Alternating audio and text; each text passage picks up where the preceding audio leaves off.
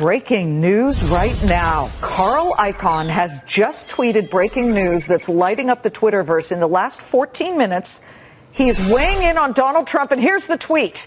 After last night's debate, I decided to accept Donald Trump's offer for Treasury Secretary. Then he went on in the second tweet to say, seriously, folks, the methods of electing our corporate and political leaders have become completely dysfunctional.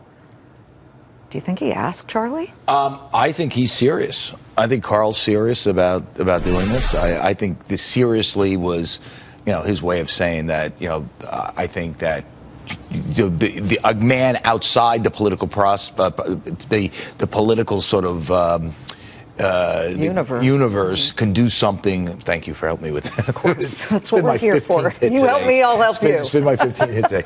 Outside the political, maybe norm or mainstream, can bring something to this country that's needed, and I think Carl is serious. Carl, we should point out, Carl and Trump are very good friends. Mm-hmm. I would be two billionaires. I still think in the cabinet. I know it would be the first time.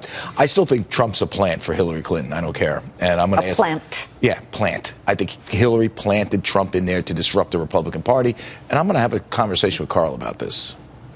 Okay, right. I give you the Neil Cavuto treatment of, yeah. Mm-hmm. Oh, come on. No. Nobody goes out on a limb like that and is a businessman. Really? I don't think so, Charlie. I think Donald Trump actually he just wants got to be on the biggest now. stage in the world. Now he knows if he wanted to be president, he would have said different things last night. He wouldn't have did that thing with Megyn. So if you want to be president, you don't do that. All right. So Carl just took to Twitter to make that breaking news announcement. And speaking of Twitter, something is going on. Now, we showed you 2 weeks ago mysterious moves that were going on inside the C-suite.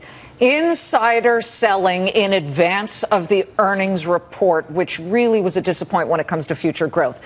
When I say insider, I'm meaning board members, top executives, right. But there is one executive, Charlie, you say is doing the total opposite. Apparently Anthony Noto is buying shares. He's the CFO. I would say one thing about, we critique Twitter's management here. I've been very critical of them. So have you, particularly Mr. Costello, and the proof's in the pudding. Not doing a great job. But the one guy that is a real player, that is an adult, it's Anthony Noto. I mean, this is a guy that used to be at Goldman Sachs, was a top banker, and an analyst, and on top of that, he was a CFO of the NFL. He knows what he's doing.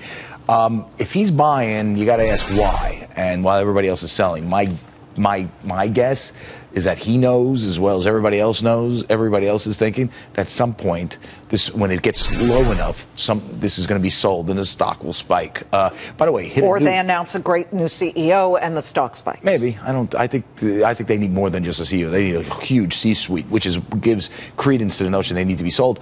I would also point out the stock hit another low today, I believe. Yeah, look at that. Yeah, it did. And in fact, it went below $27 a share. I think it IPO'd at 26. It hit 26.87 earlier. Remember, this stock, by the way, folks, was $72 a share. About a year and a half ago.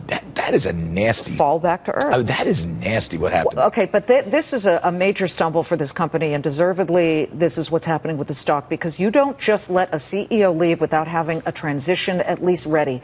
June 11th was when Costello said goodbye. Now look at the time. I know, and it's August. And Dorsey. And you don't know nobody? Well, they would say we have Mr. Dorsey, who's the. Well, he's interim. He's gonna.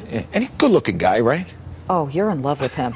But and I don't know. I think he is good looking. I'll tell you what. I don't know what one of their board members, Peter Curry, looks like, but he's the lead independent director and the head of the search committee. Right. He needs to get going. Yeah. He came from Netscape. Marjorie Scardino is like one of these liberal power people. She used to run Pearson when it owned the FT. Evans, the co-founder. Yeah. I mean, she should know better. I mean, she ran the FT. She should know something. She knows something about business, obviously. I think they're going to sell it. I still think that this thing is. Peter Chernin obviously knows a thing or two about business. Yeah. And in Q1 they had 302 million core users. Q2 rather, 304 million, and Q1 was 302, so they barely incrementally increased. Listen, I think this is my opinion. Take it for what it's worth. I think the stock needs to go down more, but they are going to sell it. All right, who's going to be Trump's Commerce Secretary? You. Yeah. Okay. I'm not a billionaire. I got news for you. He only picks people based on looks. Yeah. So we heard last night. Yeah. Charlie, thank you.